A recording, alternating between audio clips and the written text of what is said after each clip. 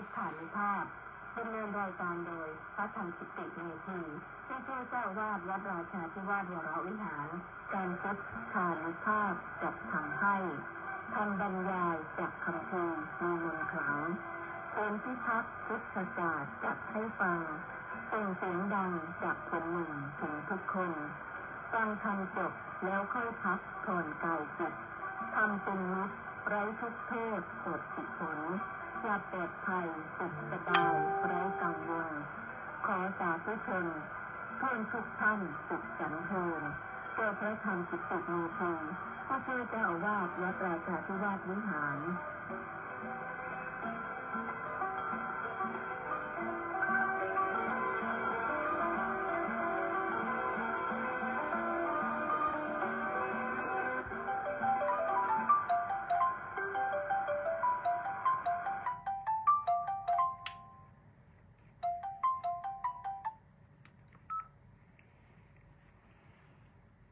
อะระหังสัมมาสัมพุทโธภควาบุตถังภควันตังอภิวาเดมิสวากขาโตภควตาธัมโมธัมมังนัมมัสสามิสุปฏิปันโนภควโตสาวกสังโฆสังฆังนะมามิขอถวายความนอบน้อมแด่พระรัตนตรัยขอคารวะพระเถรานุเถระเจริญสุขสวัสดีท่านสาธุชนทุกท่านผู้ติดตามสดับรับฟังรายการพุทธานุภาพกับพระธรรมกิตติเมธีเป็นรายการทำจากศูนย์พิทักษ์พระพุทธศาสนาแห่งประเทศไทยกระจายเสียงกระจายภาพผ่านทางวิทยุกองพลที่1รักษาพระองค์วิทยุเสียงธรรมจากชาวพุทธวิทยุพระพุทธศาสนาและสังคมที่นครศรีธรรมราชสุพรรณบุรีและก็เชียงใหม่แล้วก็มีภาพมาด้วยก็ทาง Facebook ไลฟ์ที่กิตติเมธีฟังกันได้ทั่วไทยสนใจก็ติดตามไปได้ทั่วโลกวันนี้ก็มาพบกันที่วันจันทร์ที่29เมษายนพระพุทธศักราช2567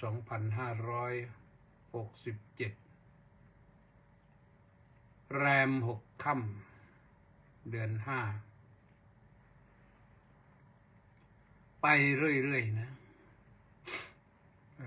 เดี๋ยวก็หมดเดือน5นี่หมดเดือน5ก็ขึ้นเดือน6ขึ้นเดือน6ก็ไปถึงเดือนวิสาขะเป็นวันวิสาขบูชาปีนี้วันที่22นะวันที่22เป็นวันมาฆบูชาก็เตรียมกายเตรียมใจแต่ว่าก่อนจากนั้นเราก็มาเข้าเฝ้าพระพุทธเจ้าเรียบร้อยแล้วพระธรรมเรียบร้อยแล้วพระสงฆ์เรียบร้อยแล้วก็น้อมคารวะพระเถรานุเถระไปด้วย วันนี้มีข้อธรรมะขึ้นวรรคใหม่นะอาคาตวรรคที่2ก็ว่าด้วยเรื่องอาคาตวินยสูตรที่1และที่2สูตรนะแต่ว่าก่อนที่จะเข้าไปในเนื้อหาสาระก็ขออนุโมทนาบุญกับคุณโยมนันทิการบุตรบานร่วมบุญหนุนกองธรรมมา 1,000 บาทโอนมาวันที่27นั่นวันที่27ก็อยู่ที่นครศรีธรรมราชแต่ช่วยกันได้โอนเข้าบัญชีมาก็ไม่ยากนะ ญาติโยมสาธุชนก็ร่วมได้นะโอนเข้าบัญชีมาธนาคารกรุงไทยเลขที่บัญชี070-026-0870นะ ก็มาฟังธรรมะกันต่อถ้าเรายังอยู่เราก็ฟังกันต่อไปพอไม่อยู่แล้วก็อาจจะไปอื่นได้นะเพราะว่าวันนี้ภาคเช้าก็ไปฉลองศรัทธาของบุคลากรกรมส่งเสริมการปกครองท้องถิ่นโดยเฉพาะวันนี้สำนักกฎหมายมาเป็นเจ้าภาพแล้วก็ที่ทำวันนี้ก็ทำเนื่องในวันมงคลคือวันคล้ายวันประสูติของสมเด็จพระเจ้าลูกเธอพระเจ้าลูกยาเธอเจ้า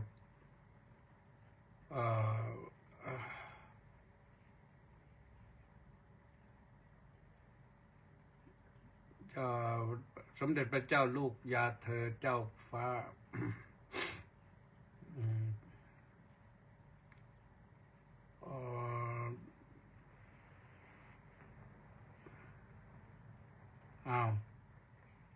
สมเด็จพระเจ้าลูกยาเธอเจ้าฟ้าทีปังกรรัศมีโชติก็วันประสูติวันนี้วันที่29นะขอถวายพระพรให้ทรงพระเจริญก็ไปที่กรมส่งเสริมก็ไปบรรยายเรื่องนี้แหละให้บุคลากรที่นั่นได้ฟังกันแล้วตอนตกบ่ายทางกรมการศาสนาก็มาเป็นเจ้าภาพมาบำเพ็ญบุญกุศลถวายไว้ในพระองค์เหมือนกันสมเด็จพระเจ้าลูกยาเธอเจ้าฟ้าทีปังกรรัศมีโชติพระองค์นั้นแหละทำเมื่อบ่ายโมง50 นาทีตอนนี้ก็มีข้าราชการผู้ใหญ่มากันหลายท่านปลัดกระทรวงวัฒนธรรม มาเป็นประธานให้ต้องขออนุโมทนาสาธุนะกับทุกท่านที่มา ร่วมกันก็หลายที่หลายแห่งก็ทำกันนะเพื่อให้ทรงพระเจริญพระชนมายุยิ่งยืนนานก็ถวายพระพรได้ตอนนี้ก็ออนไลน์ก็ยังได้นะท่านผู้ใดที่จะถวายพระพรคิดว่าหลายท่านก็คงติดตามข่าวกันไปแล้วนะ นั้นก็แจ้งเพื่อทราบนะแล้วก็เพื่อน้อมจิตถวายพระพรกันด้วยส่วนว่าข้อธรรมะวันนี้อาคาตวินยสูตรนั้นสูตรว่าด้วยธรรมะใช้สำหรับระงับความอาฆาต5 ประการก็อาฆาตคืออะไรโยมอาฆาตมาตร้ายจองเวรจองกรรมจองล้างจองผลาญอาฆาตมาตร้ายถ้าไม่ได้แก้แค้นก็พยาบาทไม่เลิกติดคาใจอยู่นั้นน่ะถามว่าแล้วอาฆาตคืออะไรนะบอกว่าอาฆาตคือพยาบาทก็ได้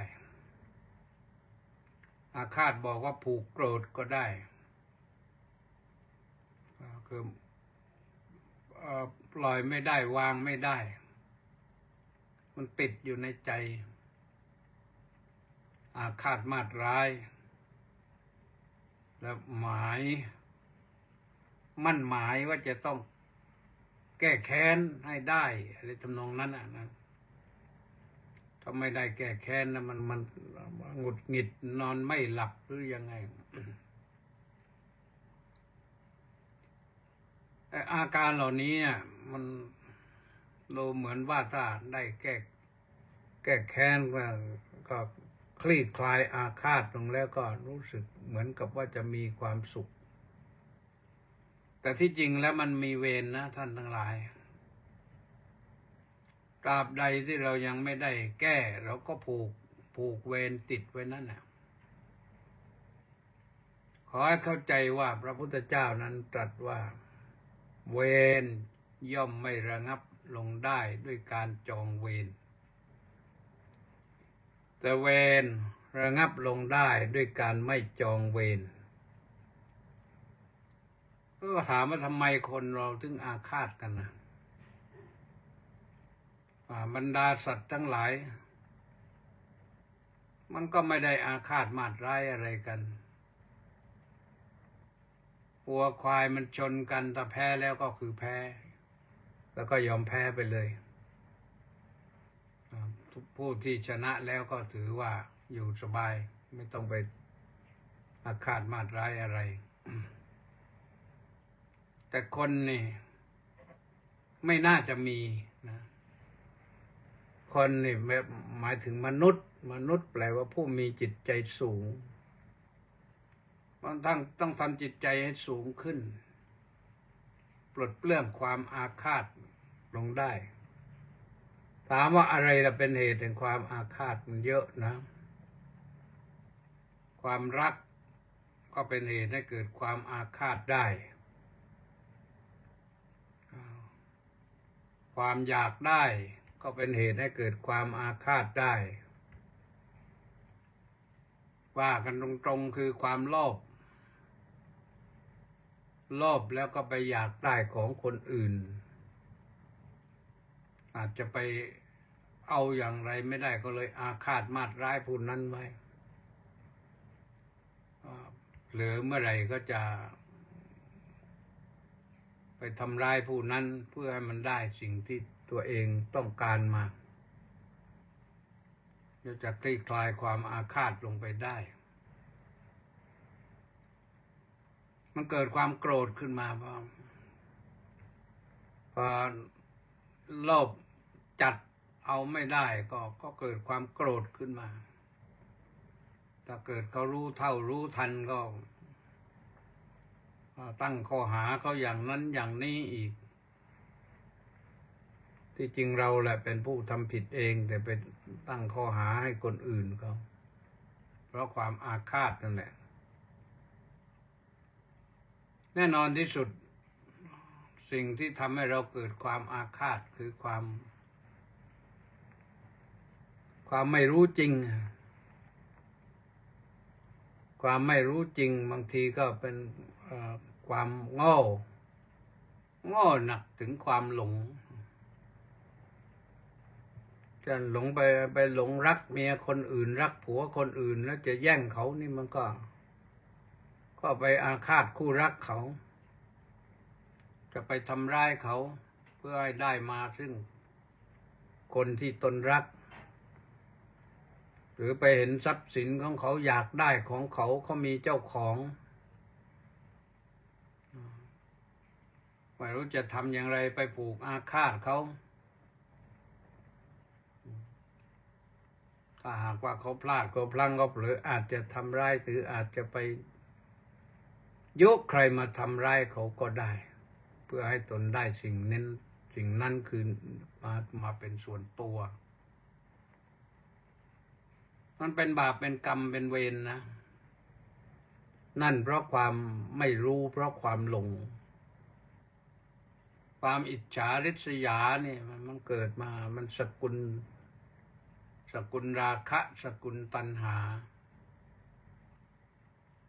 ก็พาให้เดือดเนื้อร้อนใจอิจฉาริษยาเนี่ยถ้าเขาทำอะไรผิดพลาดแล้วไปใหญ่เลยแม้แต่เขาไม่ผิดพลาดยังไปมองว่าเขาเป็นคนชั่วคนไม่ดีมองเห็นตนเองว่าเป็นคนดีขึ้นมา คนนั้นมันใช้ไม่ได้อย่างนั้นอย่างนี้ก็ไปอาฆาตเขาให้คนเราเนี่ยบางครั้งบางทีอาฆาตแม้กระทั่งในสัตว์นะสัตว์ดิเรกชันนะบางครั้งบางทีสัตว์มันอาฆาตตอบเอาบ้างเหมือนกันนะถ้าไปทำร้ายมันก็สู้เหมือนกันนะแล้วมันก็จำแม่นนะอย่างหมานี่น้องหมานี่มันจำแม่นนะ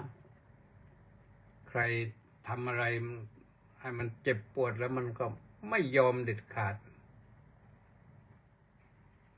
นี่ที่วัดนี่ไม่รู้ว่ามอเตอร์ไซค์คันหนึ่งทำอะไรให้มันหมาตัวหนึ่งมันไปนอนเฝ้าอยู่ข้างนอกเฝ้าทางพอมอเตอร์ไซค์มาแล้วมันวิ่งไล่เนี่ยเขาลั่นเลย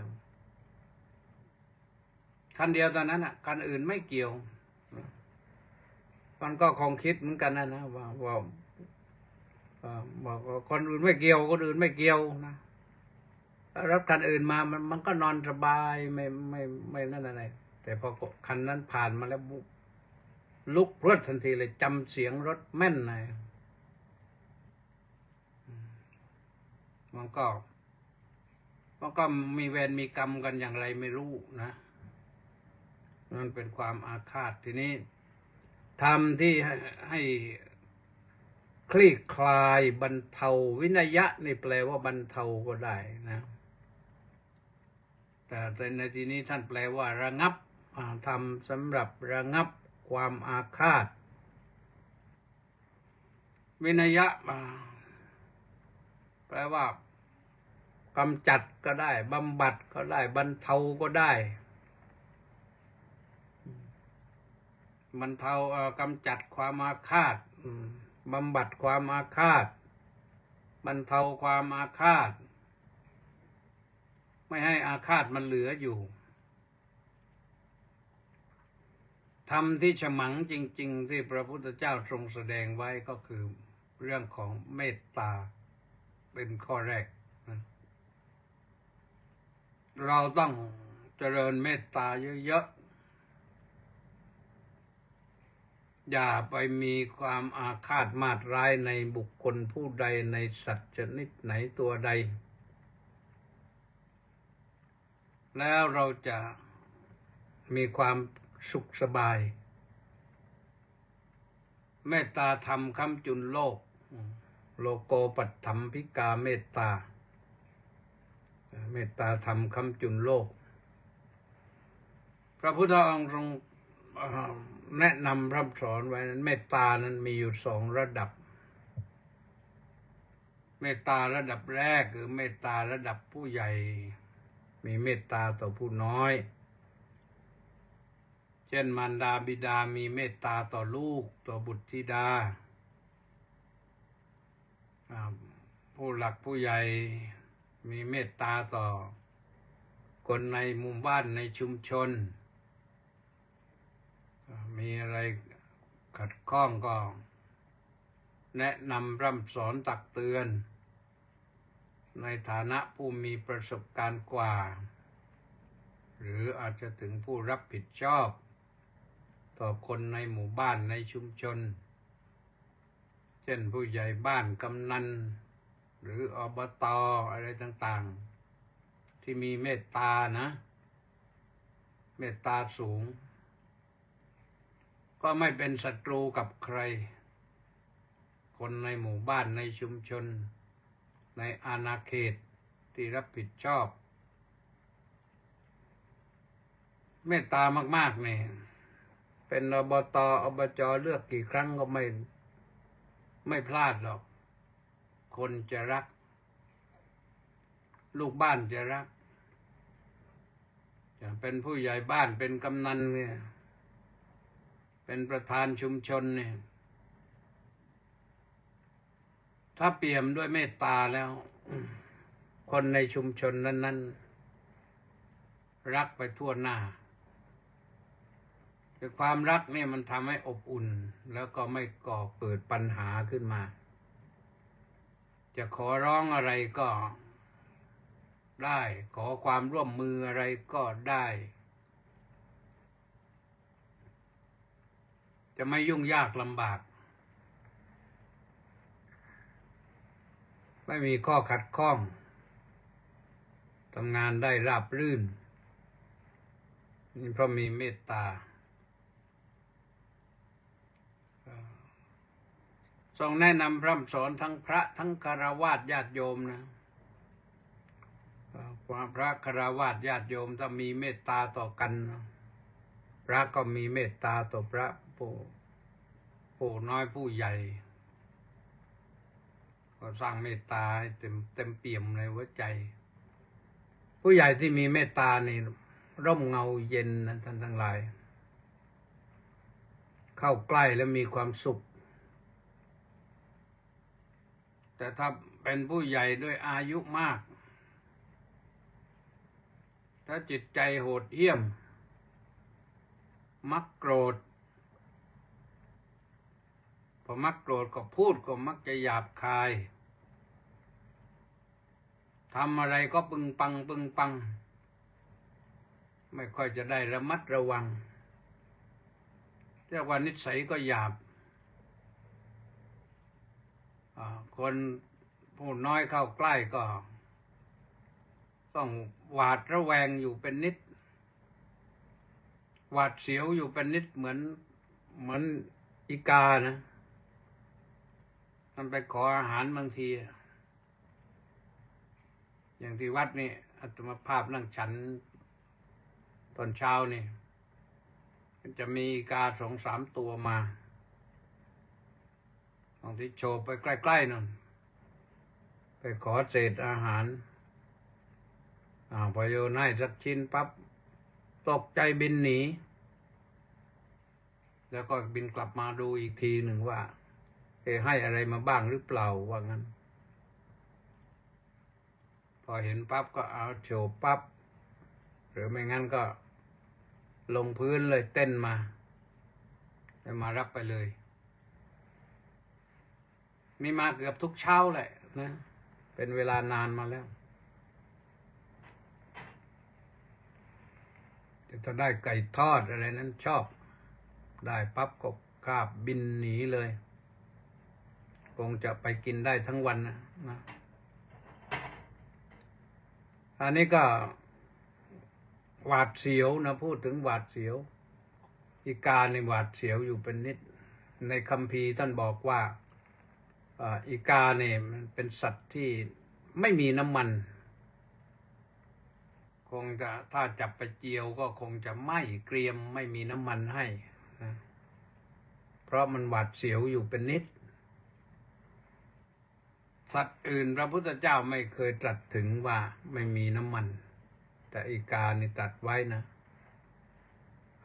ว่าไม่มีน้ำมันขออภัยไม่รู้สึกว่าจะไม่ใช่ของพระพุทธเจ้าแหละจะเป็นในอัตถกถาธรรมบทอัตถกถาธรรมบทคำอธิบายคัมภีร์พระไตรปิฎกเล่ม25บางหมวดเรียกว่าธรรมปทัคคาถา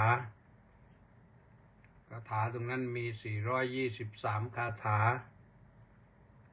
คำว่าคาถาคือเอาเป็นกลอนบทหนึ่งภาษาพระท่านเรียกว่าคาถาหนึ่ง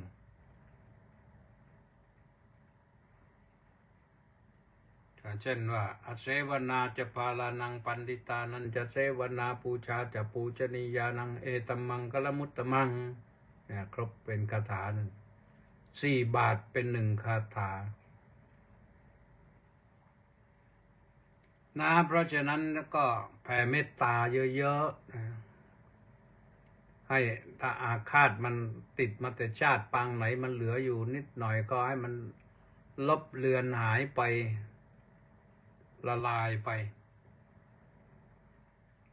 พระพุทธองค์นั้นทรงแนะนำให้ว่าถ้าผู้ใหญ่ในหมู่บ้านในชุมชนก็แผ่เมตตาให้คนใกล้ๆคนในชุมชนให้อยู่เป็นสุข ถ้าเขาทุกข์ยากก็แนะนำพร่ำสอนได้นะตักเตือนกันได้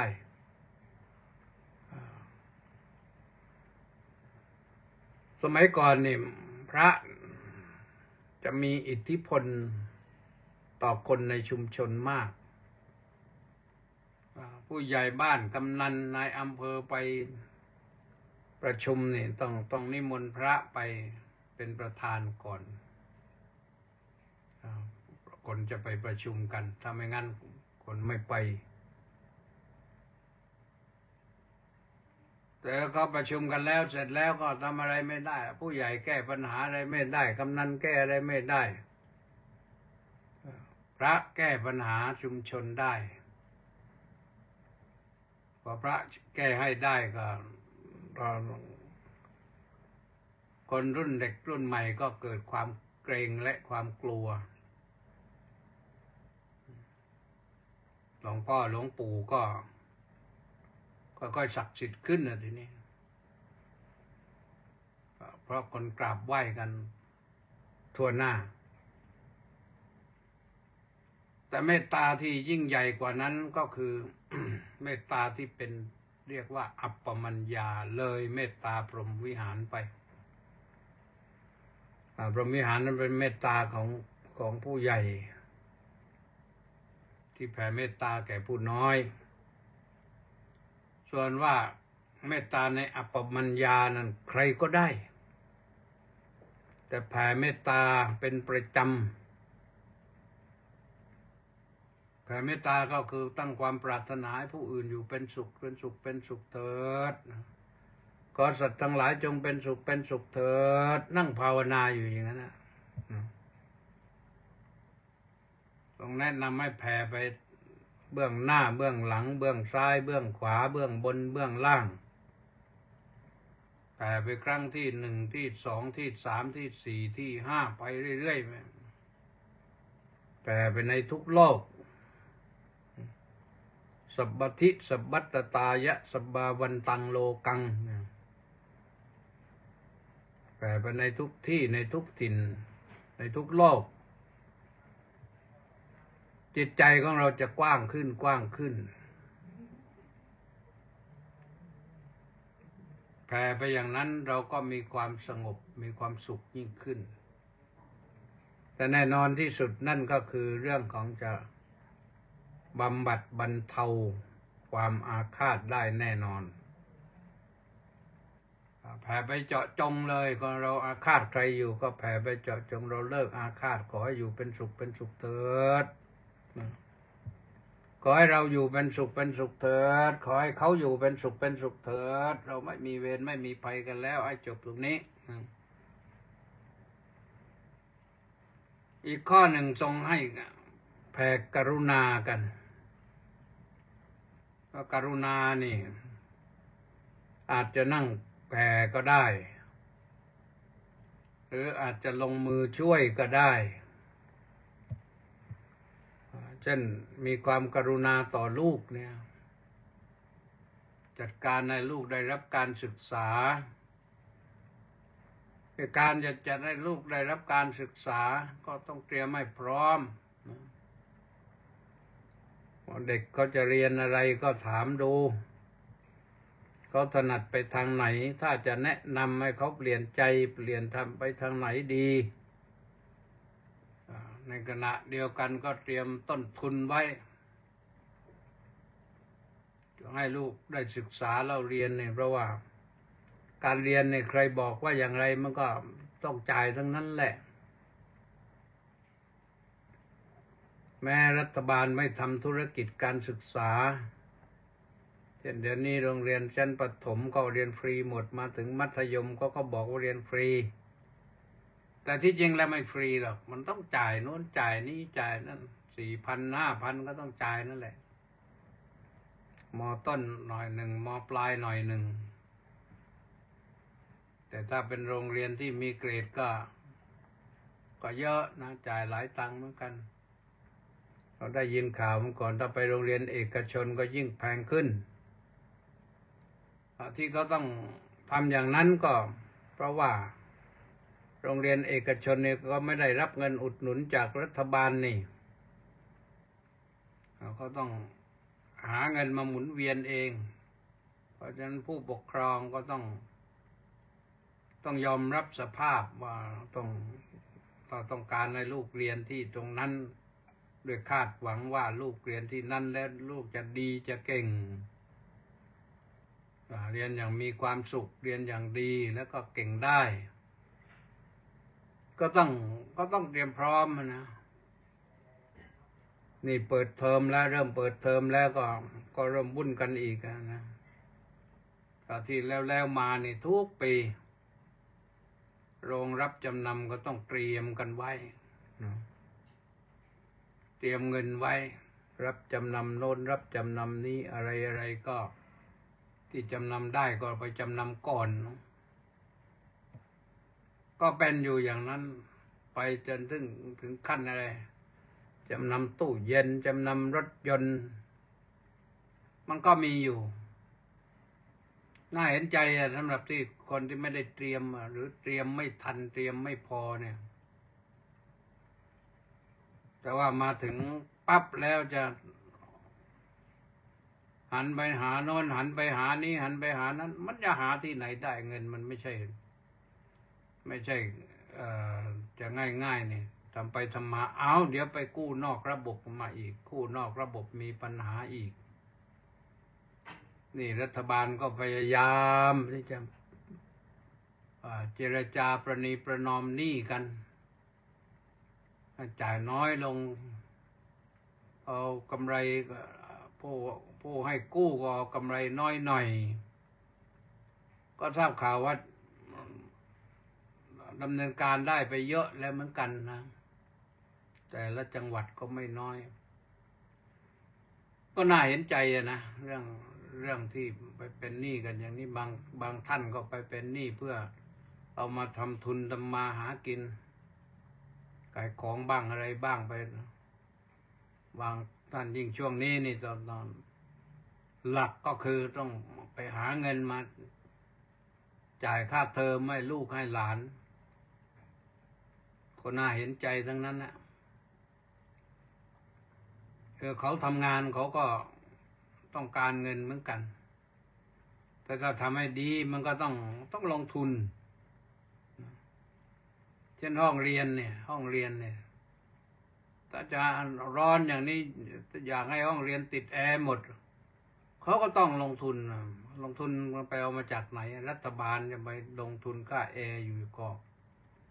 คงจะไม่ไหวในที่สุดก็ถ้าผู้ปกครองพร้อมก็ช่วยกันนะติดแอร์ให้ลูกได้เรียนห้องแอร์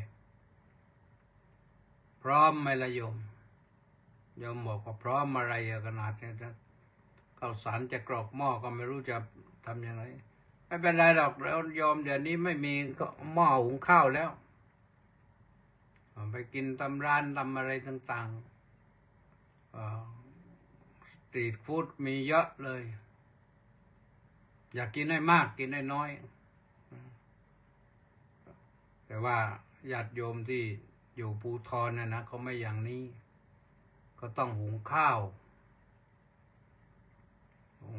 แล้วก็ต้องทำกับข้าวอีก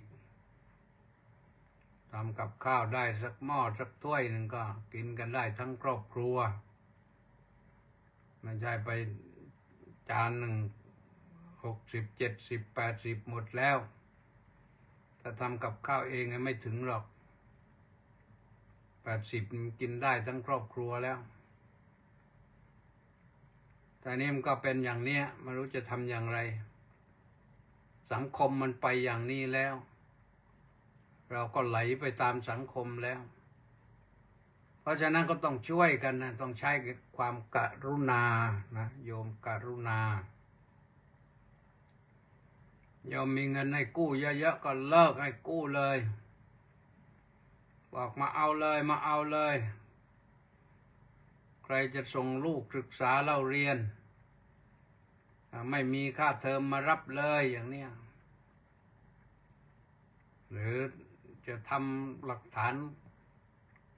ยืมไม่กู้หลักฐานยืมก็ได้ยืมเท่านั้นเท่านี้ก็ว่าไปแต่ถ้ายืมแล้วไม่คืนก็ต้องเดี๋ยวต้องติดคุกอีกมันก็เป็นปัญหาเหมือนกันนะเพราะว่าไม่ถ้ายืมแล้วเบี้ยวยืมแล้วเบี้ยวแล้วก็ต่อไปเขาจะช่วยใครได้นะมันก็หมดเหมือนกันเพราะฉะนั้นก็ต้องขอฝากกันไว้นะว่า เราต้องมีน้ำใจซึ่งกันและกันเมื่อฝ่ายหนึ่งมีน้ำใจให้แล้วผู้ให้แล้วผู้รับก็ต้องรู้จักฐานะรับโดยการรับฟรีหรือว่ารับโดยการยืมหรือว่ารับโดยการกู้ยืมอย่าลืมสิถ้ากู้ยืมนี่ดอกเบี้ยมันขึ้นมันแพงก็ลำบากอีกภายหลังนะเพราะฉะนั้นการช่วยกันนี่ดีที่สุดนะการช่วยกันกรุณาเนี่ยความช่วยเหลือนะพระพุทธองค์ทรงเว้นเรื่องมุทิตาไว้ไม่ตรัสถึงเรื่องมุทิตาในสถานการณ์นี้การระงับความอาฆาตนี่ไม่รู้จะไปมุทิตาอย่างไรแต่ก็มีอุเบกขานะธรรมที่จะช่วยระงับความอาฆาตได้ประการที่สามคืออุเบกขาอุเบกขานั้น บอกว่าปล่อยวางก็ได้วางเฉยเสียก็ได้สงบระงับอย่าไปคิดให้มันเดือดร้อนวุ่นวายปล่อยไปบ้างว่างเสียบ้างมันก็จะดีหัดทำใจให้ว่างเสียบ้างก็จะดีคำว่าดีนี่หมายความว่าเราอยู่เย็นเป็นสุขไม่เป็นทุกข์ไม่เดือดร้อนก็ต้องไปอาฆาตคนนั้นคนนี้กันอยู่เอาอุเบกขามาใช้อยู่ถ้าสมมุติว่าเขาให้ร้ายอะไรต่อเราเขาจะด่าเราเขาจะทุบตีเราเขาแอบทำร้ายเราแอบลักขโมยของเราแอบชอบโกงเราอะไรต่างๆก็แล้วแต่เนี่ยเราอุเบกขาเสียบ้างทำไมอุเบกขาเนี่ยมันก็เป็นความอาฆาตที่ติดคาใจอยู่นอนก็นอนไม่หลับตื่นขึ้นมาก็หงุดหงิดเห็นหน้ากันเมื่อไรก็หงุดหงิดเพราะมีความอาฆาตอยู่ในใจมันร้อนรุ่มขึ้นมาในใจเพราะฉะนั้นก็อุเบกขาดีมากๆที่จริงนะอุปะอิกขะดูให้มันใกล้ๆดูให้เห็นว่าถ้าเราไปอาฆาตเขาแล้วนี่มันจะได้อะไรมานอกจากจะได้ความทุกข์ความเดือดร้อนไม่ได้อะไรเลยแหละในสิ่งที่ดีนี่มันไม่ได้แต่สิ่งที่เสียมาทำให้เราเสียความรู้สึกนอนก็เป็นทุกข์เดินก็เป็นทุกข์ยืนก็เป็นทุกข์เพราะอาฆาตนะท่านอย่าอาฆาตดีกว่า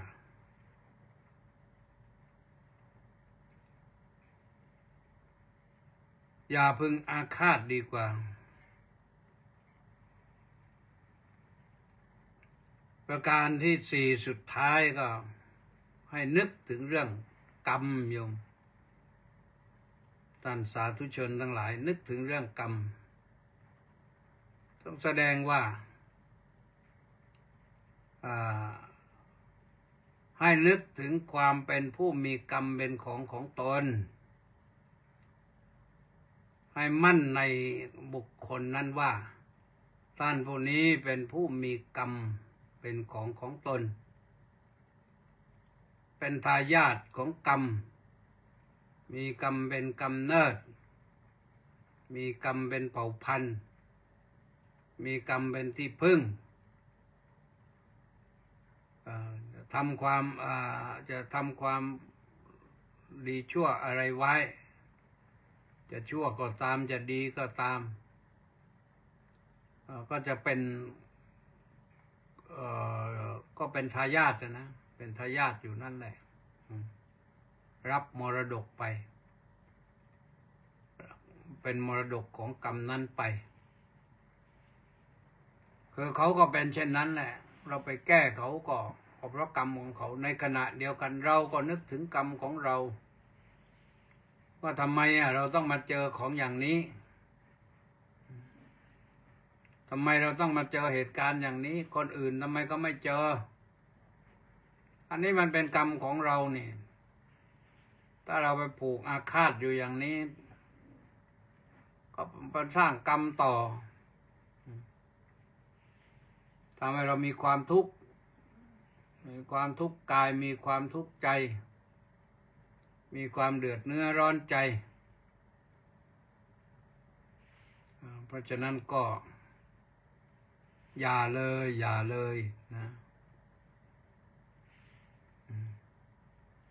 อย่าไปทำเรื่องอื่นเลยนะทำแต่เรื่องแต่ดีดีกว่า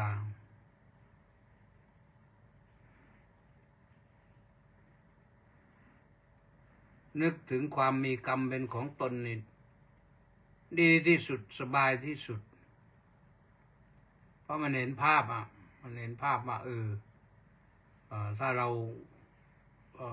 นึกอาฆาตอยู่อย่างนี้มันร้อนใจอยู่อย่างนี้พอเราปลดเปลื้องลงปั๊บมันก็สบายอย่างนี้หรือเราไปนึกถึงว่าเขาทำไมเขาทำอย่างนั้นนั่นมันกรรมของเขาถ้าหากว่าเขาไม่มีกรรมเขาก็ไม่ทำอย่างนี้นี่แหละท่านสาธุชนทั้งหลายอันนี้ก็เป็นสูตรระงับความอาฆาตสูตรที่หนึ่ง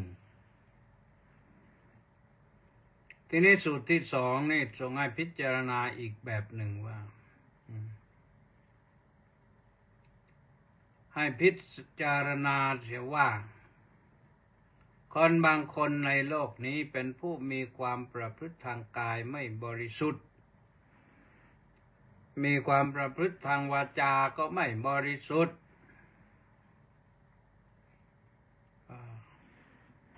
ระงับความอาฆาตเช่นนั้นเสียบุคคลบางคนในโลกนี้เป็นผู้มีความประพฤติวาจาไม่บริสุทธิ์ประพฤติทางกายไม่บริสุทธิ์ก็เมื่อเห็นอย่างนั้นแล้วก็ไม่ต้องไปอาฆาตเขาเพราะเขาเป็นอย่างนั้นบุคคลบางคนในโลกนี้มีความประพฤติทางกายก็ไม่บริสุทธิ์ทางวาจาก็ไม่บริสุทธิ์แต่ย่อมได้สงบใจอยู่บ้างบางครั้งบางคราวก็ไม่ใช่ว่าดีนะได้บางครั้งบางคราวเพราะฉะนั้นเราก็ต้องดูเขานะเขาเดือดร้อนอย่างไรเขายังต้องเป็นทุกข์เขายังต้องเดือดร้อนหรือบุคคลบางคนในโลกนี้เป็นผู้มีความประพฤติที่กายก็ไม่บริสุทธิ์วาจาก็ไม่บริสุทธิ์แล้วก็ยังไม่ได้ความสงบทางใจคือใจไม่บริสุทธิ์เหมือนกันนะไม่ได้ความเลื่อมใสทางใจในการที่จะประพฤติธรรมมันสมควรก็ระงับความอาฆาตในบุคคลอื่นไม่ได้แต่เราต้องระงับได้นะให้เราระงับได้ที่จริงแล้วทั้ง4ข้อที่ว่ามาเนี่ยก็ ก็เกี่ยวข้องโดยเมตตาแหละแต่เมตตานี่พิจารณากว้างๆไปอันนี้พิจารณาละเอียดว่าเขาเป็นอย่างไรและประการที่5นี่ทรงแสดงว่าบุคคลผู้นั้นมีความประพฤติทางกายบริสุทธิ์นี้ทางวาจาก็บริสุทธิ์และย่อมได้ความสงบทางใจย่อมได้ความเลื่อมใสทางใจโดยการอันสมควรนี่พิจารณาอย่างนี้ก็จะทำให้ตนเองมีความสุขขึ้นมาได้หายจากอาฆาตได้ไปคิดเรื่องอื่นเถอะนะอย่าไปหมกมุ่นอยู่กับสิ่งที่มันให้ทุกข์ให้โทษแก่เราทำมาหากินกันดีกว่านะคิดถึงการถึงงานที่เราจะทำมาหากินหรือแม้แต่ว่าคนผู้ร่วมงานรู้สึกว่าเขาแสดงกิริยาไม่ดีก็อย่าไปอาฆาตกันเลยอาฆาตไปก็ไม่ได้ประโยชน์อะไรมีแต่โทษถ่ายเดียวเพราะฉะนั้นเรื่องความอาฆาตนี่ไม่ดีนะพระพุทธเจ้าแนะนำให้กำจัดสลัดออกบรรเทาเสียอย่าให้ตัวอาฆาตมันรึงรัดใจอยู่ให้เราต้องเป็นทุกข์ยากลำบากเดือดร้อนเราไม่มีเวรไม่มีภัยกับใครๆมีแต่ความสุขความสงบทำมาหากินของเราถ้าคิดก็คิดถึงเรื่องงานจะแก้ไขอย่างไรถ้ามีปัญหานะไม่มีปัญหาก็งานไปราบรื่นดีแล้วก็ไปต่อไปทำตามเวลาไม่ทุจริตไม่คอร์รัปชันไม่โกงเวลาทำได้ชีวิตมีความสุขได้อย่างนั้นแล้วก็เป็นความสุขไปนานๆสุขนั้นเป็นความสุขสงบและทำให้เรามีเพื่อนมากด้วยเพราะเพื่อนคนอื่นเขาก็เห็นว่าเราไม่เคยโกรธใครเลยอย่างนี้ไม่เคยเห็นคนนี้โกรธเลยอย่างนี้จะดีมากๆนะจึงขอฝากท่านสาธุชนทั้งหลายไว้ที่ติดตามสดับรับฟังแล้วสิ่งอื่นทำเราก็ทำมีหน้าที่รับผิดชอบเราก็ทำไปตามกรอบแห่งความรับผิดชอบในขณะเดียวกันเนี่ยเราต้องการความสุขทางใจก็อย่าให้ความอาฆาตนี้มันมาครอบงำจิตใจเราทำให้เราหาความสุขไม่ได้สุขไม่ได้ก็ไม่ได้สุขชีวิตนี้ควรจะมีความสุขพอสมควรนะก็เรื่องของธรรมะก็ฝากไว้อย่างนี้เลยเมื่อคืนก็อาตมาก็มาเดินทางกลับออกจากสุราษฎร์ธานีนะ11:51 นาทีออกมาก็มาถึง3 ทุ่มก็มาแบบสบายๆแวะจอดนั้นบ้างจอดนี้บ้างหากาแฟฉันบ้างมาช็อปอยู่ที่อะไรนะปั๊มลุงเท่งเพชรบุรีที่จะซื้อข้าวหลามมาฝากพระก็ได้แจกไปแล้ววันนี้แจกไปถึงโน่นไปถึงวัดบูรณสิรินนท์ท่านเจ้าคุณเทพ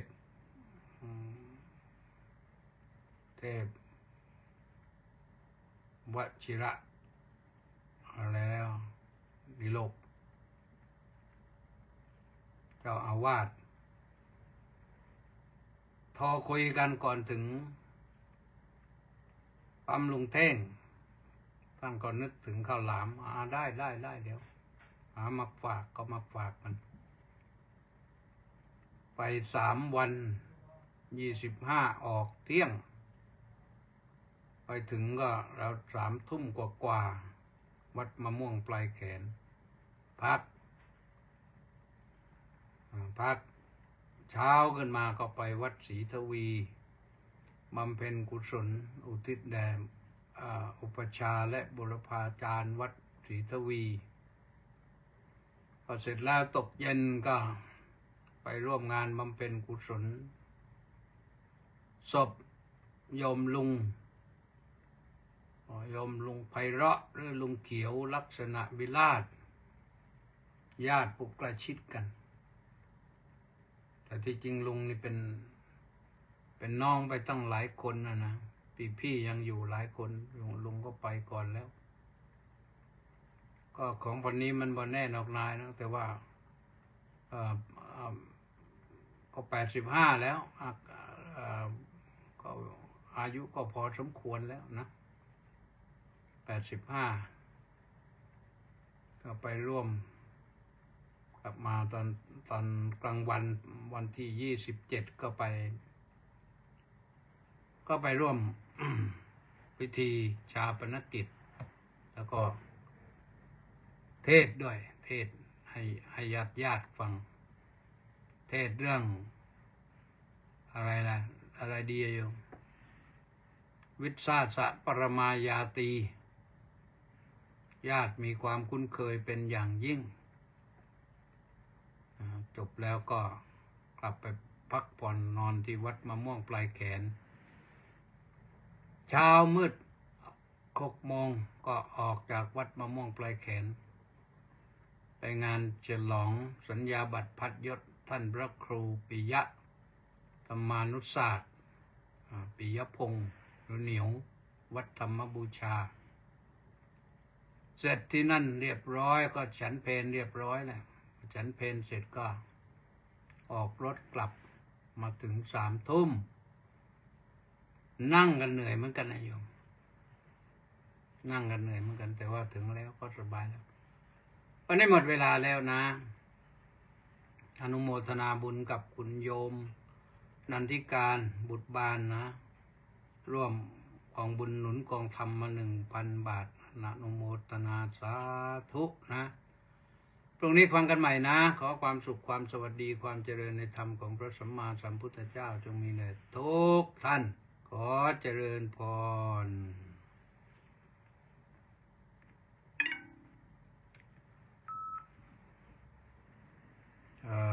ก็ทางนักเฟซก็อ่านนะอ่านใครบ้างมีใครมาบ้างหายไปหลายท่านแล้วสุนทรแจ้นมาถึงที่สุนทรแจ้นเนี่ยเขาตัดไปแล้วเครื่องตัดแล้วพระครูสิริกวิวัฒน์วงศ์ประสูติสาธุครับแม่ชีมณีแสงจันทร์น้อมกราบนมัสการสาธุเจ้าค่ะสมศรีลักษณะวิราชก็บอกว่าน้อมกราบนมัสการสาธุเจ้าค่ะแปะนันทิการก็บอกว่าน้อมกราบนมัสการสาธุเจ้าค่ะสมจิตภูลพิพัฒน์วันนั้นไม่ได้เจอเลยมาไป2-3 วันนี่สาธุท่านนายกรังสรรค์ทองสร้อยสาธุสุริยากะแซ่จูสาธุลักกี้จังสาธุรังสรรค์ทองสร้อยน้อมกราบนมัสการถวายความเคารพพระเดชพระคุณท่านเจ้าคุณด้วยความเคารพอย่างสูงครับน้อมกราบนมัสการสาธุครับสาธุลักกี้จังบอกว่าน้อมกราบนมัสการสาธุค่ะสุริยากะแซ่จูก็บอกว่าน้อมกราบนมัสการสาธุเจ้าค่ะเช่นเดียวกันวรนันท์ขาวศรีสาธุดาวรุ่งมาละอินสาธุสุดารัตน์ชำนาญคำสาธุสุพรรณีวันดีสาธุว่างั้น ดร.มณีรัตน์มีจันทร์เพชรสาธุบอกว่ากราบนมัสการข้าพระอาจารย์สาธุศิวพรสุภาผลบ้อมกราบนมัสการสาธุสาธุสาธุเจ้าค่ะนี่จะเป็นเท่าแก่เนี้ยแล้วรวยแล้วสร้างสวนมังคุดสวนทุเรียนพระครูสุนทรศรีละคุณวัดหัวเกาะรุ้งปากพนังสาธุครับสริตพงษ์เทศบำรุงสาธุมณีแสงจันทร์สุนันทาเกศรธนวัฒน์ศรีสิริวัฒน์สาธุสาธุสุนันทาเกศรบอกว่าน้อมกราบนมัสการพระอาจารย์ด้วยความเคารพนับถืออย่างสูงเจ้าค่ะอาจารย์ธนวัฒน์ก็บอกว่าสาธุน้อมกราบนมัสการครับสาธุไพศาลรัตนวงศ์กุลนี่บอกว่ากราบนมัสการครับสาธุลีลาวดีดอกสร้อยศูนย์เผยแผ่ธรรมฝั่งอันดามันสาธุสาธุศูนย์เผยแผ่ธรรมบอกว่าถวายความเคารพครับพระอาจารย์ปังงาเสียงภาพชัดเจนครับสาธุวัชรินทร์โอภาโสรามรสสาธุนิพนธ์ลักษณะวิราชวันนี้เห็นนอนป่วยอยู่ที่บ้านหรือที่โรงพยาบาล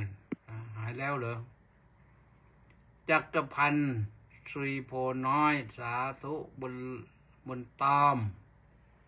ปงสายสีสาธุปงหรือผ่องสายสีนะเจพรแหลมทองเหงาสาธุจักริดสุวรรณรัตน์สาธุ